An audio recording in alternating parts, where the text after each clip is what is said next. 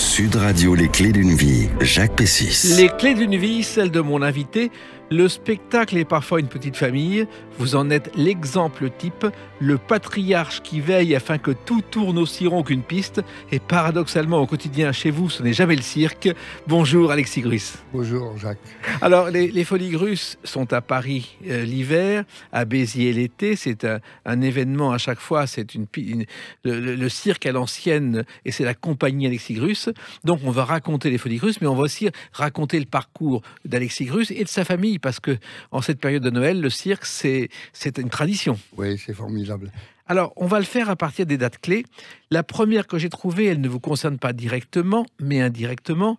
C'est le 11 avril 1893. C'est l'inauguration de l'Olympia. Et au programme, il y a La Goulue et Loie Fuller. Et Loie Fuller est à l'époque une comédienne américaine qui a inventé une danse, la danse serpentine. Et la danse serpentine, votre grand-mère va succéder à l'Olympia à Loie Fuller, Alexis Grus. Mais elle, la particularité, c'est qu'elle avait la robe, elle avait les projections, mais il y avait des fauves autour. Et elle s'appelait Miss de Sandoval. C'était le 2 décembre 1893, exactement. La une du petit journal. Et elle faisait ce numéro extraordinaire. Oui, à cette époque-là, déjà de se présenter dans une cage avec des fauves, c'était déjà un événement extraordinaire. Mais pour se retrouver sur la scène de l'Olympia, ça, c'était quand même un événement incroyable. Parce que les fauves, c'était des vrais fauves. À l'époque, il n'y avait pas d'élevage de fauves en Europe.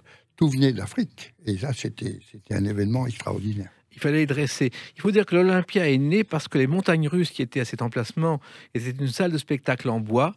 Elle a été fermée car on craignait un incendie. On a construit une salle en fer et c'est devenu l'Olympia. Oui. Et Loie Fuller, en fait, peu de gens la connaissent aujourd'hui, en fait, joue une pièce qui s'appelle Le Charlatan et puis elle commence à faire un numéro d'improvisation un soir avec les mouvements des tissus de la jupe et des lumières et c'est devenu la base de la danse moderne. Voilà, et surtout, les premières images animées. Oui.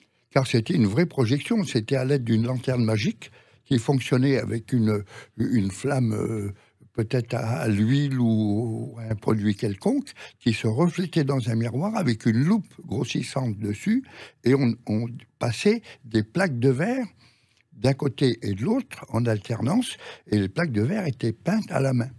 Alors, le cirque, justement, avec ses fauves, voici quelques décennies, c'était partout, dans les foires, les fêtes de village. Ça faisait partie des traditions du village, Alexis Grus. Ça faisait partie de la place qui était pour moi l'Agora. C'était la place, c'était l'endroit où tout se passait. C'était le rassemblement des marchands de bestiaux, des marchands de légumes, des forains, des cirques, des théâtres, beaucoup de théâtres, énormément de théâtres. Et tout ça, ça se fait souvent à l'occasion d'une fête, la fête d'un saint, par exemple Amiens, c'était la fête de la Saint-Jean. Et Amiens a eu plus tard un cirque fixe qui a été construit à cet emplacement, qui a été construit par Eiffel du reste, et administré par Jules Verne pendant 15 ans. Personne ne le sait, mais moi je vous le dis.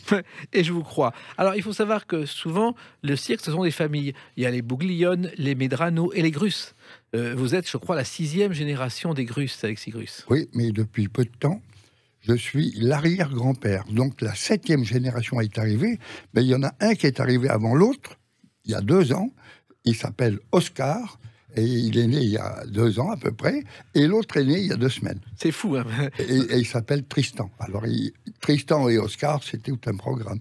Voilà. Alors, les Grus, j'ai essayé d'un peu d'établir l'arbre généalogique. Je crois que ça a commencé en 1868 dans un village qui s'appelait Sainte-Marie-aux-Mines, dont la famille d'ailleurs de Jacques Higelin est originaire. Oui. Sainte-Marie-aux-Mines, c'est un petit village qui est dans la région de Colmar, hein, et où tout le monde connaît Sainte-Marie-aux-Mines. Et pour vous dire, à côté de Sainte-Marie-aux-Mines, il y a des viticulteurs qui s'appellent Grus, qui n'ont, paraît-il, aucun rapport avec ma famille, ça j'en suis pas sûr du tout, et ils nous font des vins d'Alsace absolument extraordinaires, et des vins nobles, des grains nobles extraordinaires. Alors, le premier Grus, au départ, il est tailleur de pierre, il n'est pas du tout dans le cirque. Non. Non, mais ça, tout le spectacle, les chevaux, l'acrobatie, tout ça, ça vient des Italiennes. C'est Maria Martinetti, mon arrière-grand-mère, qui a épousé ce tailleur de pierre alsacien, André Charles Grus, en 1854. Alors, il se trouve que c'était un cirque familial, les Martinetti. À l'époque, il n'y a pas d'hôtel, donc on demande l'hospitalité. Il tombe chez ce tailleur de pierre, Charles Grus, qui possède une grande maison avec des écuries. Et puis, ça va être le coup de foudre. Oui, c'est le tailleur de pierre est tombé amoureux de cette moi, j'ai des photos de mon arrière-grand-mère, c'est quelque chose. Hein. Et la raison pour laquelle, c'est-à-dire que ces gens-là se déplaçaient, ça venait du nord de l'Italie, ils se déplaçaient tout le temps avec des chevaux. Et lorsque le froid arrivait, inutile de vous dire que si on n'avait pas les chevaux, on ne se déplaçait plus. Donc on cherchait refuge chez l'habitant, tout simplement pour mettre les chevaux à l'écurie, pour qu'ils aient une bonne litière et puis une bonne nourriture. Surtout. Voilà. Et donc finalement, ce Charles Grus tombe amoureux de Mademoiselle Martinetti, et puis il va les suivre, il va abandonner ce métier, qui est d'ailleurs tombé en désuétude aujourd'hui, tailleur de pierre, il y en a de moins en moins, pour devenir l'Hercule du cirque. Oui, c'est la vérité. Oui, mais vous savez qu'à cette époque-là, les hommes étaient forts, hein, physiquement et moralement, et même quelquefois avec la bouteille. Un numéro d'Hercule, c'était quoi ? C'était le lever des poids, il y avait les tout premiers spectacles de cirque avec mon arrière-grand-père. Ça s'appelait la reine des temps modernes. La reine comme la reine, pas comme la reine d'Angleterre. Et alors là, il était en rivalité. Il trouvait un jeune taureau chez un éleveur du coin et il couchait le taureau en le prenant par les cornes. Voilà, ça c'était un exploit et tout le monde applaudissait. Donc il arrive dans le cirque, il apprend en même temps, votre arrière-grand-père, les coulisses du cirque, car il ne connaissait pas les coulisses du cirque. Non, il apprend les coulisses du cirque et puis il apprend surtout, il est formé par toute cette famille. Et alors, il y a les Martinetti, après il y a eu les Recono, ça c'est ma grand-mère, oui. qui était aussi une écuyère extraordinaire, et puis voilà. Et puis après, avant il y a eu les Farina, il y avait nous sommes tous moitié-moitié alsaciens, moitié-moitié italiens. Alors, il se trouve aussi que le cirque d'aujourd'hui, est-ce qu'il ressemble à ce cirque d'avant-hier ou est-ce que c'était très différent, Alexis Grus ? Il faut savoir que pour moi, j'ai fait une distinction qui est très nette. Le cirque a des milliers d'années. Il existe depuis des siècles et des siècles et des siècles. Or que la piste en terre végétale qui fait 13 mètres de diamètre n'a que 250 ans. Cette piste de 13 mètres a été importée par un Anglais qui s'appelait Philippe Astley, rue des Vieilles Tuileries, juste avant la Révolution française, en 1774. Et là, il a fait une démonstration avec ses chevaux, parce qu'en réalité, la piste, c'est pas un lieu de spectacle. La piste, c'est un lieu de formation pour apprendre aux chevaux et aux cavaliers à développer un sens de l'équilibre, tout simplement pour se battre sur les champs de bataille. Ça n'avait pas de rapport avec le spectacle. Mais c'était tellement spectaculaire de voir ces chevaux tourner et ces hommes faire à terre à cheval, par exemple. Pourquoi ils apprenaient à faire à terre à cheval ? Parce que quand ils étaient désarçonnés sur un champ de bataille, s'ils n'avaient pas la capacité de remonter sur le cheval, ils étaient morts. Donc ils apprenaient ça dans un rond de 13 mètres. Voilà. Pourquoi les 13 mètres ? Ça, c'est un mystère absolument incroyable. Parce que je me pose, pardonnez-moi, mais je me pose la question à savoir si ça n'a pas un rapport avec notre planète qui fait aussi 13 000 km de diamètre. Et je me demande si ça n'a pas aussi un rapport avec l'Empire romain. Tous les théâtres où j'ai été faire mon spectacle, l'orchestral des théâtres antiques romains font 13 mètres de diamètre. Alors, donc, le couple va avoir des enfants, un fils qui s'appelle Armand. Ensuite, il y a Alexis, André dit Dédé, et Dédé, c'est votre père. Oui, absolument. Qui était un Auguste extraordinaire, mon père. Et il y a un technicien, un chef monteur, c'était l'homme qui organisait la route, qui organisait le montage, le démontage, et qui déplaçait des énormes chapiteaux. À l'époque, moi, après l'occupation, je me souviens de la naissance d'un cirque qui s'appelait le Radio Circus. Oui, on va en parler tout à l'heure. Donc ça, c'était un événement incroyable, associé à une grande antenne de radio de l'époque. On va en parler tout à l'heure, mais moi, ce qui m'intéresse, c'est de savoir comment étaient les cirques à l'époque. Est-ce que techniquement, c'était ceux d'aujourd'hui ou est-ce que tout ça a évolué ? Oui, ça a évolué énormément. Et il y a eu apport au début du siècle dernier, et surtout après la Première Guerre mondiale, il y a eu un apport d'animaux sauvages très important. Très important, parce que les cirques avaient trouvé la technique pour se déplacer tous les jours. Et quand un cirque se déplaçait dans une ville, inutile de vous dire que c'était une fête extraordinaire, parce qu'on pouvait y voir des animaux qu'on n'aurait jamais pu voir, parce que la télévision n'existait pas, les photos, ça venait de naître, et il y avait plein de choses comme ça, et les gens pouvaient voir ça en une journée. Et votre père, je crois, André, était clown. Oui, mais Auguste. C'est-à-dire? Moi, j'ai été clown. Oui. Et mon père, Auguste. Vous savez qu'il y a ces trois personnages, en 2 secondes, hein, pour bien comprendre. Tout système humain fonctionne sur 3 personnages. L'instigateur, l'exécutant et celui qui fait respecter le règlement. Vous avez Pierrot, Pantalone et Arlequin. Le président de la République, le peuple et l'agent de police. Le clown, l'Auguste et Monsieur Loyal. Et d'ailleurs, il y a quelqu'un qui a chanté le clown. Un clown est mon ami, un clown bien ridicule, et dont le nom s'écrit en gifle majuscule. Pas beau pour un empire. Piaf a chanté Bravo pour le clown, et elle le plaçait toujours à la fin de son spectacle, pour une raison, c'est qu'elle criait Bravo, le criait Bravo, elle avait encore plus d'applaudissements. Oui, mais c'est formidable. Et les bravos, c'est le soutien du clown. Elle a chanté une chanson sur les Augustes, Oui. pas les clowns, les Augustes, qui est une petite merveille, vraiment une petite merveille. Et finalement, c'est en voyant votre père travailler que vous avez appris ce métier. Ben, vous savez, moi je le dis, je suis passionné par les mots. Je dis, lorsqu'on ne retransmet pas le geste au moment même où on sait le faire, ce geste est perdu à jamais. Voilà. Ben, avec vous, c'est gagné. On en parle avec une autre date, le 20 décembre 1961. A tout de suite sur Sud Radio avec Alexis Grus. Sud Radio, les clés d'une vie, Jacques Pessis. Sud Radio, les clés d'une vie, celle de mon invité Alexis Grus.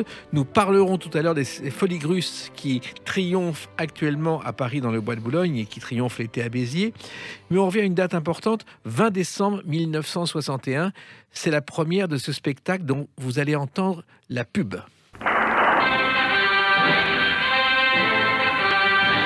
Habitants de Valence, à votre tour, vous pourrez assister demain soir au magnifique spectacle du Grand Cirque de France, Ben Hur vivant. Comme des millions et des millions de spectateurs, vous serez enthousiasmés par la fabuleuse aventure de Ben Hur. Par le combat naval, les Jeux du Cirque de Rome, la course de chars réalisée avec des personnages vivants. Alors ça, vraiment, c'est un souvenir qui... Je vois votre émotion, Alexis Grus. Oui, mais c'est une période qu'on ne peut même pas imaginer aujourd'hui. Parce que cette association avec cette Radio Luxembourg et la Maison L'Oréal, tout ça nous a suivis pendant 20 ans, et l'apothéose de tout ça, ça a été Ben Hur. Ça, c'était au Palais des Sports en 61. Oui, c'est le soir de la première, le 20 C'est décembre. le soir de la première. Et ça a duré 3 ans. Oui, ça a été jusqu'en 60. Ça s'est arrêté au milieu de la saison 64. Voilà, donc. Et alors, ce spectacle, au départ, c'est parti d'une crèche vivante. Ouais. Je crois que. À la Porte Maillot. Voilà. Et il y avait.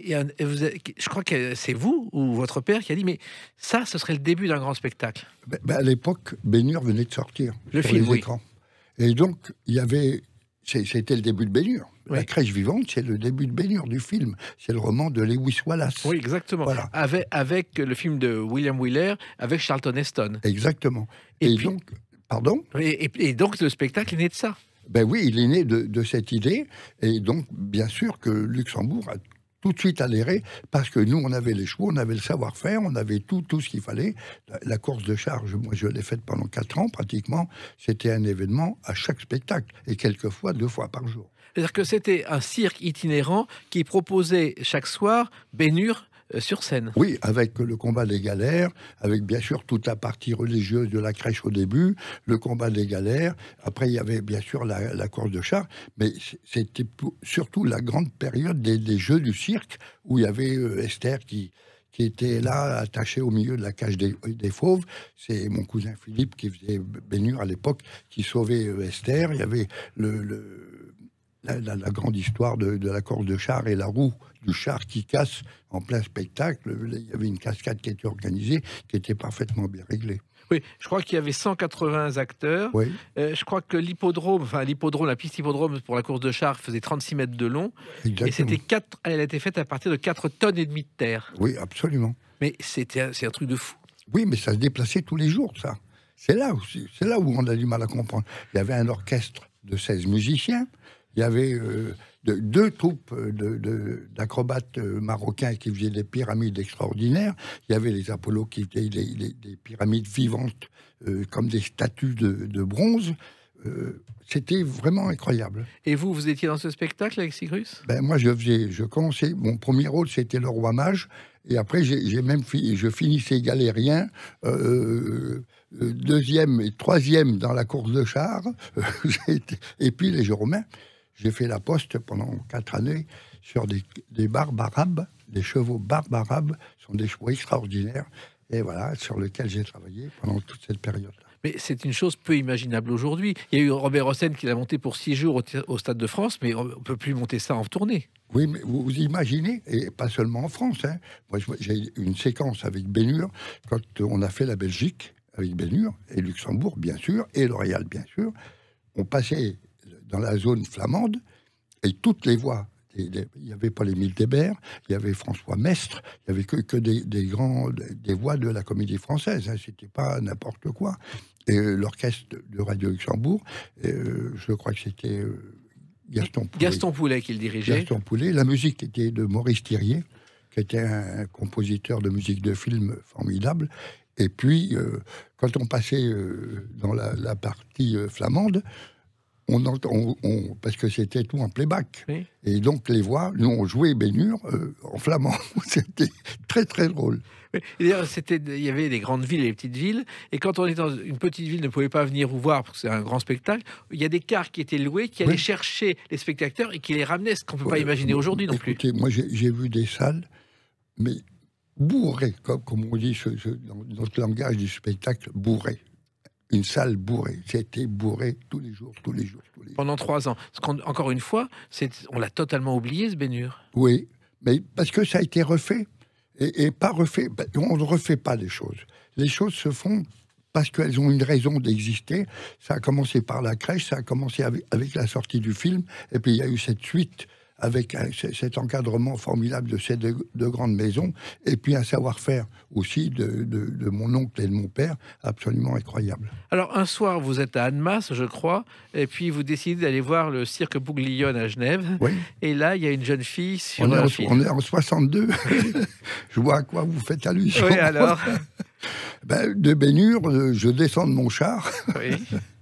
Et puis papa nous amène voir la matinée chez Bouglione qui est à Genève. Ils avaient un cirque qui s'appelait le City Circus à l'époque, sur la place du Plein Palais. Et puis on est là, et puis à un moment donné, ils installent un petit câble en acier, voilà, avec de petits pieds de chaque côté. Et puis là, il y a 2 jeunes filles qui arrivent.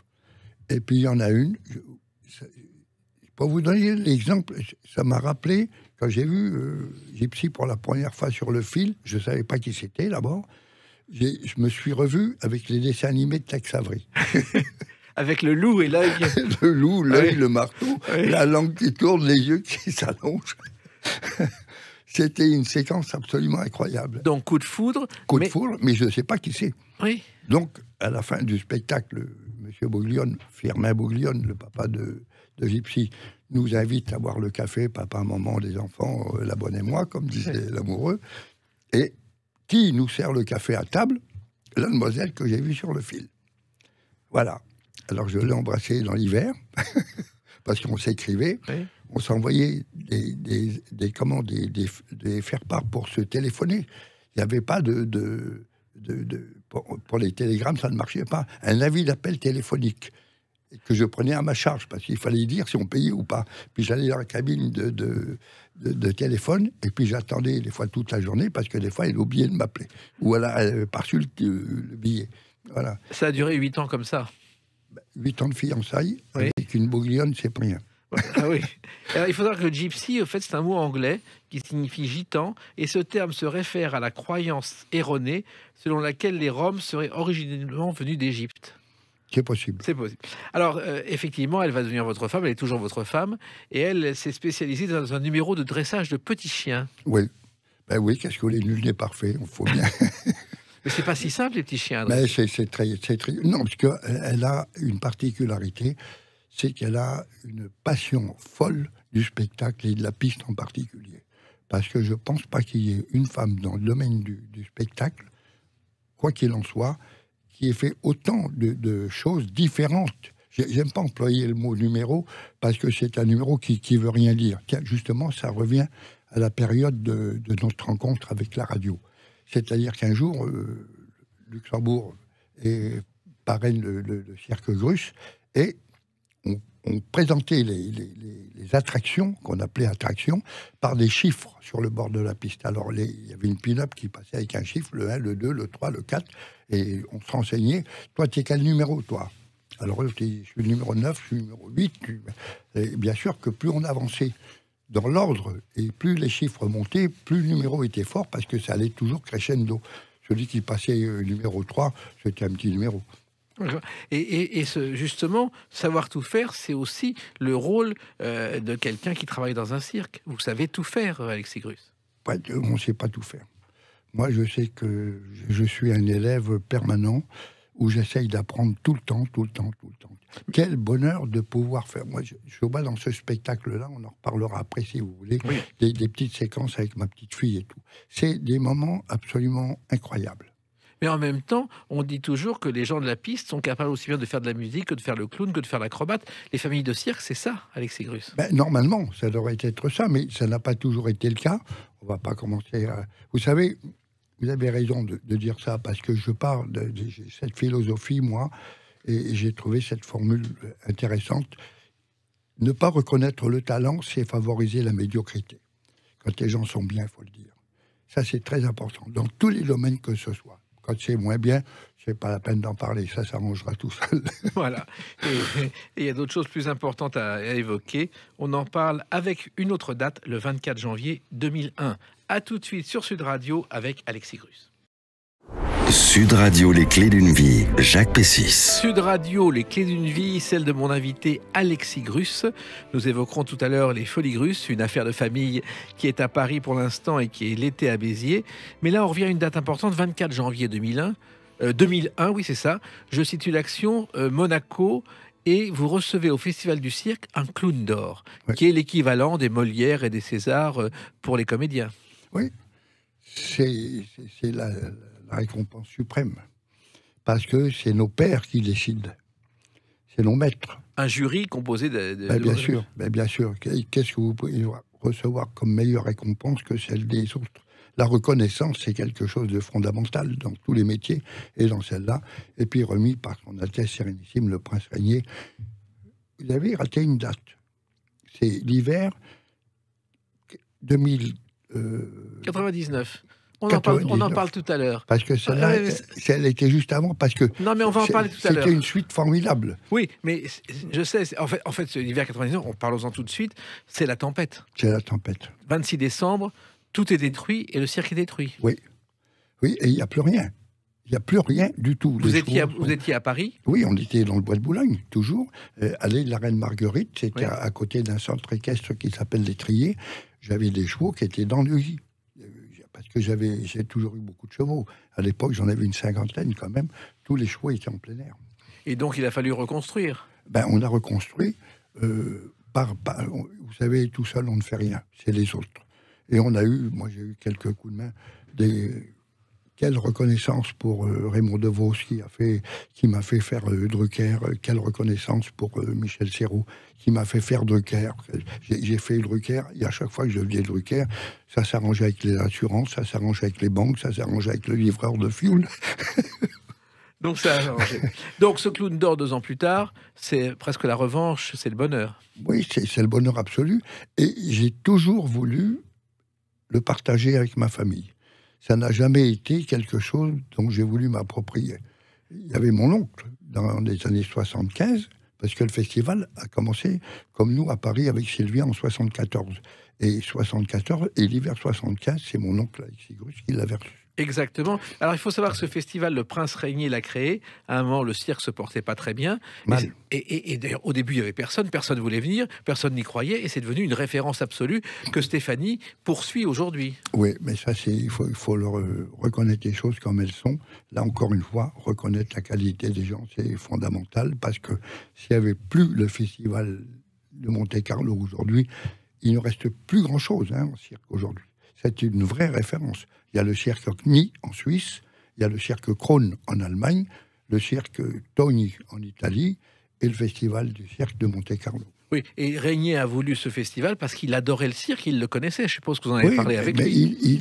Bien sûr, parce que j'ai passé des soirées, et la soirée de mon clown d'or, j'étais assis, d'un côté il y avait le prince Régnier, de l'autre côté j'avais Alain Delon, on a passé une bonne soirée. Et je crois que les soirées, moi j'en ai vécu une, se terminaient par l'hymne monégasque et des chansons. Oui, mais ces soirées-là qui sont... Alors, il y avait eu une place médiatique beaucoup plus importante qu'aujourd'hui. Monrouzy avait fait énormément pour le festival de Monte-Carlo. Et puis, Foucault, et puis tout le monde a œuvré pour ce festival. Et puis voilà. Et alors, ce festival, c'est la suite aussi d'années de travail. Et il y a un tournant quand même, c'est le jour où votre père, André, fait un spectacle dans la cour de l'hôtel de Salé à Paris. Et puis, c'est le premier d'une longue série, car vous allez, à ce moment-là, découvrir Sylvia Montfort, qui va vous découvrir. Et ça change tout. Oui, mais là, c'était pour fêter le bicentenaire de l'arrivée de la piste d'Astley, 2 siècles avant. Et pile poil. Donc, on est en 1974. Astley, c'est 1774. Et je trouve cet endroit, la rencontre avec Sylvia, je ne peux pas vous expliquer le hasard. Le hasard, pour moi, c'est Einstein qui me donne la meilleure définition. Il dit, le hasard, c'est Dieu qui se promène incognito. J'aime beaucoup. Et cette rencontre avec Sylvia a été un détonateur absolument incroyable, parce qu'à Sylvia, je lui dois tout. Alors, il faut savoir que Sylvia Montfort, on l'a un peu oublié, elle a été une résistante, elle a joué Chimène dans le Cid avec Gérard Philippe à Chaillot, et puis elle a monté des troupes itinérantes, un peu comme vous. Elle défendait le théâtre populaire avec des tournées, comme vous le faites avec le cirque. Oui, avec Jean Danet et les Tréteaux de France, par exemple. Et puis, elle se battait, c'était une résistante. Elle a été décorée par le général Patton, elle a été décorée par le général de Gaulle, parce qu'elle a joué un rôle fondamental pour la libération de Chartres. Voilà. Et là, elle trouve un jour un entrepôt de ferraille qui va devenir le Carré Torigny, qui est le musée Picasso aujourd'hui. Et c'est là où vous arrivez avec ce cirque et que le mariage se fait, Alexis Grus. Oui, pour moi, c'était un moment absolument incroyable, parce qu'on avait signé un contrat. On ne va pas expliquer tout le début, parce qu'il y en a pour trop longtemps. Mais on signe un contrat. Moi, j'avais 15 jours de garantie et elle pouvait me virer au bout de 15 jours. Mais on est resté un mois. Et ça a tellement bien marché que d'un mois, on a prolongé d'un mois, et d'un mois, et d'un mois. Et je suis resté 10 ans avec Sylvia. C'est-à-dire que le lieu a changé. Oui. Et vous avez été à la Gaîté Lyrique, la Gaîté Lyrique était un théâtre d'opérette qui a malheureusement disparu. Ont été montées des grandes opérettes avec Mariano et même avec les Compagnons de la Chanson. Exactement. Et vous étiez dans le square d'à côté. Exactement, dans le square des Arts et Métiers, qu'on appelle le square Chausson, en réalité. C'était boulevard Sébastopol, entre la gare de l'Est et le Châtelet. Et ça a changé votre vie parce qu'elle vous a permis de faire ce que vous avez appelé le cirque à l'ancienne, c'est-à-dire... Oui, et surtout la première école de cirque en France, que j'ai créée le 15 octobre 1974. Voilà. Et c'était cirque à l'ancienne. Oui. Pourquoi ? Parce que c'était la grande époque des modes rétro. Il y avait la moutarde à l'ancienne, il y avait plein de choses à l'ancienne. Et du reste, c'est un mot à l'ancienne qu'on ne peut pas traduire dans une autre langue qu'en français. Parce que à l'ancienne, c'est une manière de faire. Et il n'y a pas un pays ou une langue qui permette d'expliquer mieux qu'en français ce que ça veut dire à l'ancienne. Et quand on me posait la question, c'est quoi le cirque à l'ancienne ? Je répondais, c'est un cirque très coloré, mais garanti sans colorant. et donc, pendant 10 ans, vous allez organiser votre vie, votre cirque, dans Paris ? Oui, j'ai des places dans Paris, c'était quelque chose. Hein. Oui.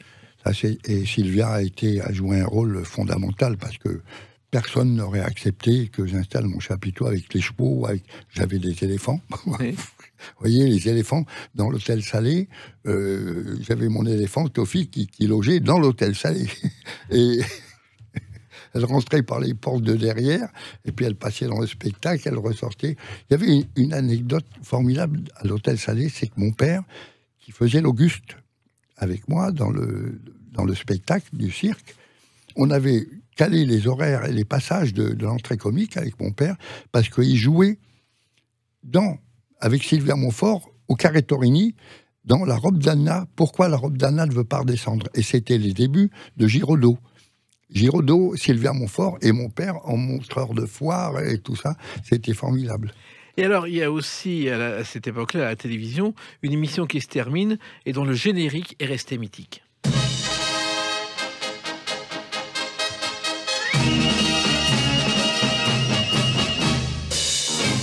La piste aux étoiles, Ouais. avec l'orchestre de Bernard Hilda, qui était d'ailleurs précédé de l'orchestre de Fred Addison dans les premières années. Ça aussi, ça a été quelque chose de très important pour le cirque.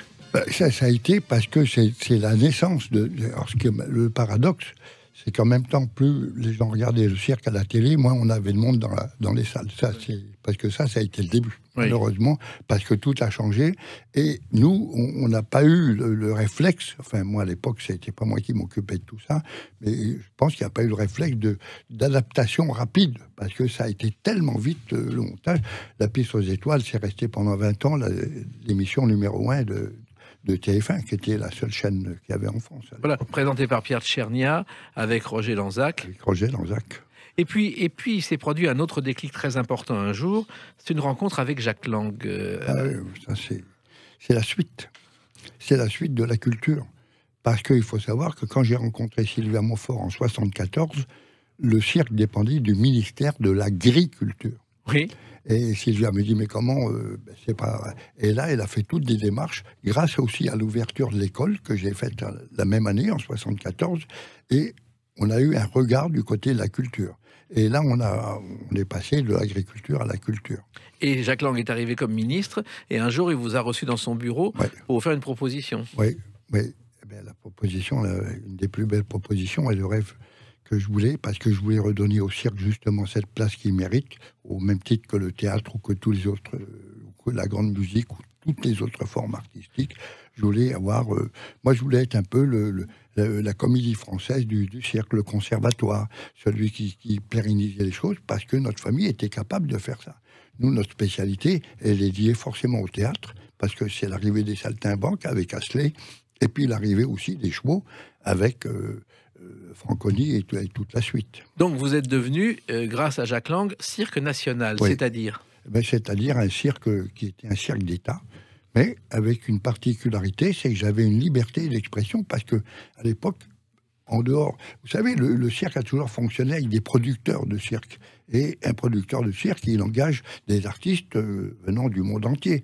C'était la particularité, et c'était aussi la beauté du cirque. Et ça, vous en avez une démonstration parfaite avec le Festival de Monte-Carlo. Bien sûr. Vraiment... Ou Jean Richard. Ou Jean Richard, à l'époque. Qui a été le pionnier du cirque, on l'a un peu oublié. À une certaine période, oui, dans cette période, qui était juste avant la période très, très compliquée. Voilà. Mais ces moments-là sont des moments qui sont très durs pour moi, parce que moi, je me suis rendu compte à cette époque-là, je n'avais pas les mêmes responsabilités qu'aujourd'hui. Je voyais qu'il se passait quelque chose et j'avais un peu de mal à m'expliquer, parce que dans notre métier, les papas, les mamans et les oncles et les tantes, c'est eux qui commandaient. Voilà. Et aujourd'hui, c'est vous qui commandez, puis avec vos enfants, on va en reparler. Non, maintenant, c'est mes enfants. Oui, on va en reparler, mais surtout, il y a aussi un autre lieu en Provence que vous avez, et c'est pas simple en ce moment, Alexis Grus. Non, c'est très compliqué. Qu'est-ce qui se passe? C'est compliqué parce que ça fait 27 ans que je suis à Piolenc, ce petit village que j'adore. Au cœur de la Provence. En plein cœur de la Provence, au cœur de l'Europe du Sud, juste à l'emplacement. Quand vous descendez dans le Sud, vous avez la 9 et la 7. À cet emplacement-là, c'est là où est notre domaine de Piolenc. Et c'est un endroit sublime dont je voudrais faire, et je m'en occupe encore. J'y étais la semaine dernière pour trouver des solutions. Politiquement, c'est très compliqué. Parce que vous voulez en faire quoi, finalement? Je veux en faire un pôle d'action culturelle équestre. Oui. Et quand vous prenez les 4 lettres, ça fait patché. Oui. Vous voyez ce que ça veut dire? Et le gouvernement ou la mairie ne vous aide pas, bien au contraire? La région a un petit regard sur moi. Oui. Voilà, parce qu'ils ont entendu parler. 27 ans, hein, Oui. c'est quand même pas rien. De bons et loyaux services. Oui. Mais j'ai quelques problèmes avec la mairie de Piolenc, qui a un peu de difficulté à accepter, parce qu'ils veulent faire de Piolenc la capitale de l'Aï. Voilà. Oui, Bon.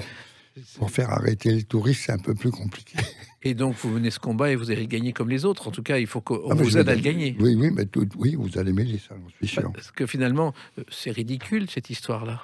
C'est comment on peut apporter... J'ai ce projet-là qui me tient à cœur, parce que pour le rendre viable, j'ai des terrains agricoles que je peux transformer en halte de camping-car pour tous les gens qui ont des camping-cars. On est à l'embranchement des 2 autoroutes A9 et A7.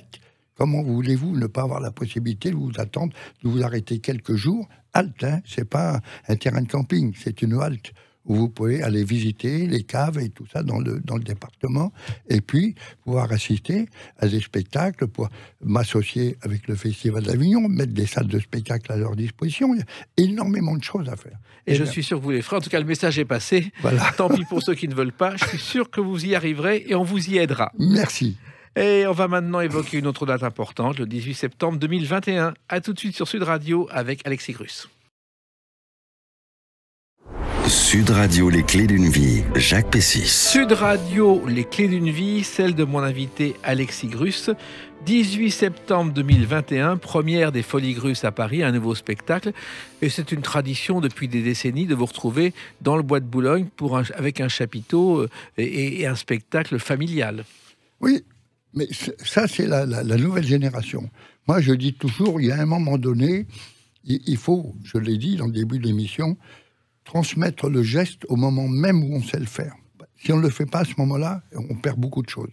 Et donc, mes enfants qui ont été formés, tout s'est décidé, c'est eux qui ont décidé. Firmin s'occupe de la technique, de l'organisation, de la commercialisation, la comptabilité, tout ça, c'est Firmin. Toute la partie artistique, c'est Stéphane, qui est un musicien hors norme et metteur en scène et tout ça. Et ma fille Maud a pris l'option des chevaux. Voilà, ça veut dire que vous avez créé ces Folies Grus et aujourd'hui, le spectacle a évolué grâce à vos enfants. Bon, il y a quand même 24 artistes, 50 chevaux, mais un regard moderne sur le cirque. Moderne, ça veut dire quoi? Voilà, bonne question. Ça veut dire quoi? C'est un regard différent. Oui, je dirais, comme je l'ai dit avec mon cirque à l'ancienne, du moderne, c'est le mien en tous les cas, c'est du coloré sans colorant, c'est du cousu humain. Du reste, Firmin l'explique à la fin du spectacle, tout est fait par la famille, par le travail. Vous connaissez ma rencontre avec ma petite fille, quand je dis, le seul endroit au monde où j'ai rêvé les yeux ouverts, la piste. 13 mètres de diamètre, espace scénique magique, composé de terre végétale et de sueur.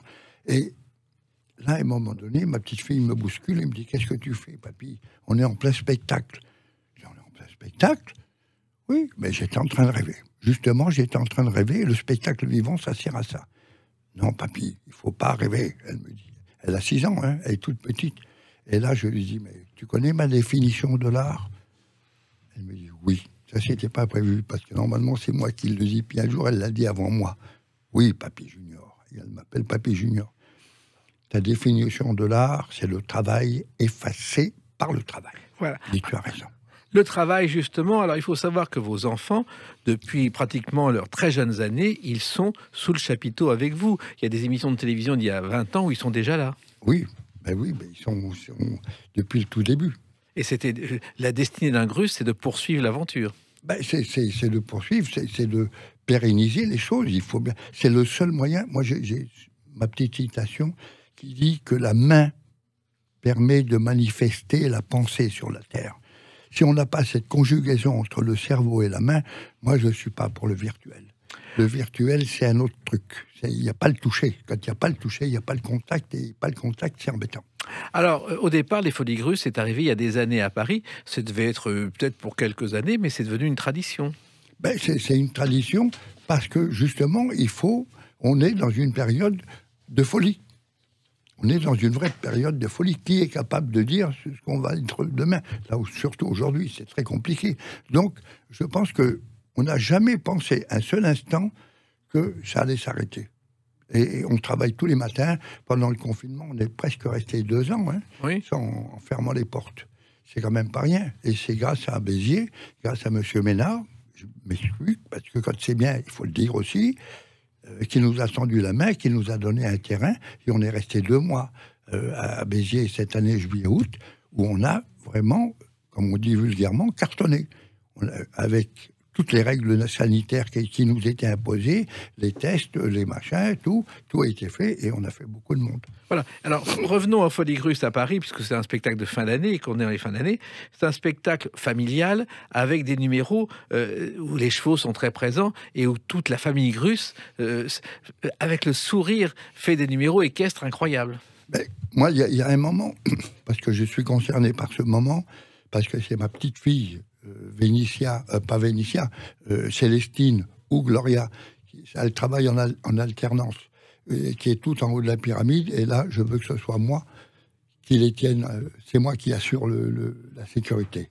Et chaque soir, chaque jour, hier, avant-hier, tous les jours, j'ai un moment d'émotion avec les larmes aux yeux de voir cette pyramide-là, avec mes enfants, mes petits-enfants, tout ça avec les belles-filles, avec les gendres, tout ça, ça se monte comme ça, comme un château de cartes, comme une vraie pyramide, ça a la forme d'une pyramide, et 5 chevaux en dessous, qui font pas moins de 800 kilos chacun, et qui portent toute cette famille dans un mouvement circulaire, absolument extraordinaire. Le public a des réactions spontanées que j'avais rarement entendues. Au moment où cette grande pyramide se fait avec la toute petite en haut, et que tout le monde salue avec la banane jusque-là, c'est des moments d'émotion très forts. Oui, alors justement, c'est aussi des années de travail parce que l'équilibre sur les chevaux, soigner les chevaux, vivre avec les chevaux, vos enfants l'ont appris très jeune, Alexis Crus. Oui, et ils ont déjà commencé à apprendre à ramasser le crottin. Ça, c'est la première chose. Chez nous, c'est obligatoire, c'est moi qui montre l'exemple. Il n'y a jamais un morceau de crottin qui traîne dans la piste parce qu'il faut ramasser le crottin. Ça fait partie de notre tradition et de notre école. L'école, c'est ça. C'est de commencer par le commencement. Et ensuite, il faut des années pour sauter sur un cheval, pour garder son équilibre. Oui, et c'est jamais acquis. C'est jamais dans la poche. Ça, ce sont des efforts physiques qui sont très violents, et pour les cavaliers, et pour ceux qui font tous ces numéros-là, je peux vous dire que c'est pas facile. Oui, alors le spectacle, quand je dis que c'est un spectacle familial, c'est pour le public, mais aussi pour vous, puisque finalement, ils se sont mariés, et puis les femmes travaillent sur la piste aussi. Ben oui, mais voilà, qu'est-ce que vous voulez trouver de plus beau? Et puis la mienne aussi, hein, parce que là, on est 3 générations dans le spectacle. Hein.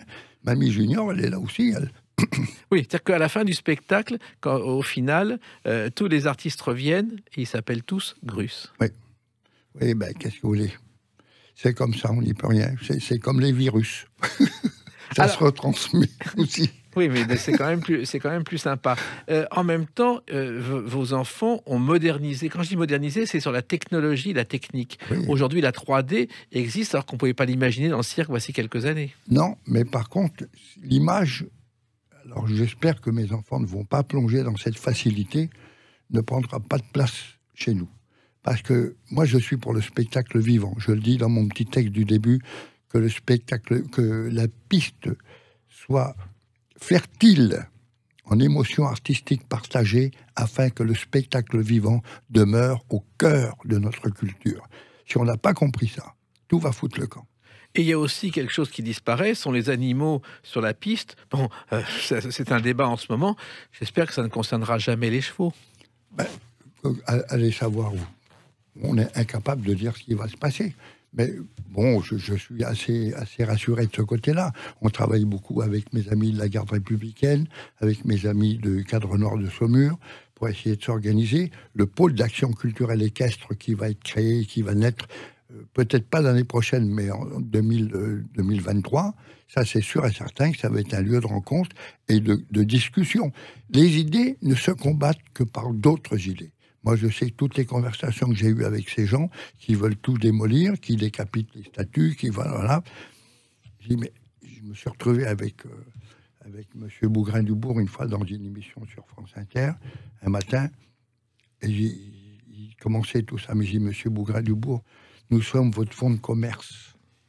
C'est grâce à nous que vous vivez, parce que si nous n'existions pas, vous seriez incapable de dire quoi que ce soit, puisque vous n'y connaissez rien de toute manière. Vous savez que la responsabilité que vous prenez de vouloir tout supprimer, dites-moi qu'est-ce que vous apportez en échange de ça. L'émotion, quand on voit, vous étiez là à la représentation, quand il y a ce petit cheval, Falabella, qui se promène dans les tables, et puis que les petits mots me touchent le cheval. C'est des moments d'émotion très forts, ça. Alors, où je suis alors intransigeant, c'est sur le respect. Pas seulement le respect des animaux, mais le respect des gens aussi. Oui. Ça, c'est fondamental chez nous. Oui, mais enfin, il n'y a aucune raison de relâcher ces animaux dans la nature, où ils seront beaucoup plus perdus que chez vous. On parle des fauves. Oui, c'est autre chose. Il n'y en a pas. Il n'y en a pas. Alors justement, il y a un poney qui se promène parce que vous avez innové avec vos enfants, avec Firmin, Stéphane et les autres. C'est-à-dire que dans ce cirque, il y a un petit restaurant où on peut déjeuner avant le spectacle. C'est aussi quelque chose qui existait jadis et que vous avez repris. Oui, ben, les Folies Russes, ça revient avec cette grande époque. Oui. Vous savez, la belle époque, où il y avait toutes ces manifestations, où on pouvait voir des choses, et puis on pouvait y passer la journée entière, on pouvait consommer et faire tout ça. Voilà. Non, je crois que c'est une idée qui est parfaitement bien adaptée aujourd'hui, à condition, bien sûr, que tout soit de qualité. Et justement, ce qui est de qualité aussi, c'est qu'on voit vos petits-enfants dans ce pré-spectacle qui font des numéros. Ils ont 6-7 ans, ils font déjà des numéros. Oui, mais il y a les autres aussi. Il y a Charles, Alexandre, qui eux ont 27 ans. Oui. On voit Louis et Joseph aujourd'hui qui viennent donner un petit coup de main à leur frère. Oui, c'est Gypsy avec ses petits chiens. Il y a Kylie avec ses numéros aériens. Il y a Svetlana, la femme de Firmin, qui fait ses numéros de tissu et tout. C'est vraiment superbe. Et puis notre amie américaine, Mademoiselle Bellet, qui est une trapéziste extraordinaire. Voilà. Et effectivement, c'est la tradition des années folles de l'Art Nouveau que vous ressuscitez en 2021. En réalité, ce qu'on essaye de faire, c'est de partager notre vie avec le public, tel que nous sommes. Tel que nous sommes, sans artifice quelconque. Du reste, c'est un peu le thème de notre communication. Les artistes sont vos hôtes. C'est nous, les hôtes. Ce sont les artistes qui viennent au service du public, qui viennent pour partager des moments simples, sans... On n'a plus besoin de l'écran, on n'a plus besoin de tout ça. Là, on est un peu frustré parce qu'on ne peut pas se faire la bise le matin, mais on en a très envie. Vous voyez, c'est quelque chose de très difficile pour nous. Il y a toute une génération qui a découvert le cirque grâce à ce feuilleton. Poli, poli, polisson, tourne, tourne, tourne en rond. Dans les années 60, Isabelle Aubray chante le générique de ce feuilleton qui a fait les débuts de Mehdi, avant Belle et Sébastien, et des poneys, un poney dans un cirque. Finalement, les enfants ont rêvé avec ça. Ben, bien sûr. Qu'est-ce que vous voulez trouver de plus beau? Là, il est de leur taille. C'est un cheval qui est de la taille des enfants. Donc, bien sûr, il y a moins de danger, bien sûr, mais il y a les mêmes histoires. Ils ont les mêmes histoires qu'avec les grands. Nous, avec les grands, pour moi, c'est fondamental. C'est cette présence de l'animal dans le spectacle. Où tout ça, il faut que ça se transmette. Il n'y a rien à faire. Il y a plein de choses qui doivent changer, mais pas ça. Voilà. Et surtout, les chevaux font partie de votre vie depuis toujours. Il y a une sorte d'osmose avec les chevaux pour vous, Alexis Grus. J'ai plus cette odeur le matin de ces 60 chevaux qui sont dans l'écurie. C'est pas possible. Je sors de ma caravane, et alors là, on a cette lignée de caravane que j'ai baptisée la Grusstrasse. Parce que c'est mes enfants, mes petits-enfants et mes arrière-petits-enfants. On est 4 générations aujourd'hui. Et les chevaux qui sont vos amis. Et les chevaux qui sont nos amis. Je passe devant l'école, dans l'Algeco, où il y a tous mes petits-enfants qui sont à l'école. Et puis, un peu plus loin, il y a la piste avec les bureaux, le cirque, le machin. Voilà, et la Tour Eiffel avant, juste en face. Et il y a une tradition que vous conservez, c'est celle de la messe de minuit le 24 décembre. Oui, ça, on y tient beaucoup. Et je crois que c'est le nonce apostolique, Monseigneur Miglioré, qui va venir cette année présider la célébration. Oui, pour moi, c'est un moment de bonheur absolu parce que on a eu Monseigneur Lustiger, Monseigneur Namias, Monseigneur Aupetit, et tous sont venus célébrer Monseigneur Poupard. C'est des moments de partage, de communion avec les chœurs cette année. Ces chœurs de Liesse, là, qui est vraiment fantastique. Et puis 200 choristes quand même qui viennent accompagner tout ça. Et puis ce moment de vraie communion.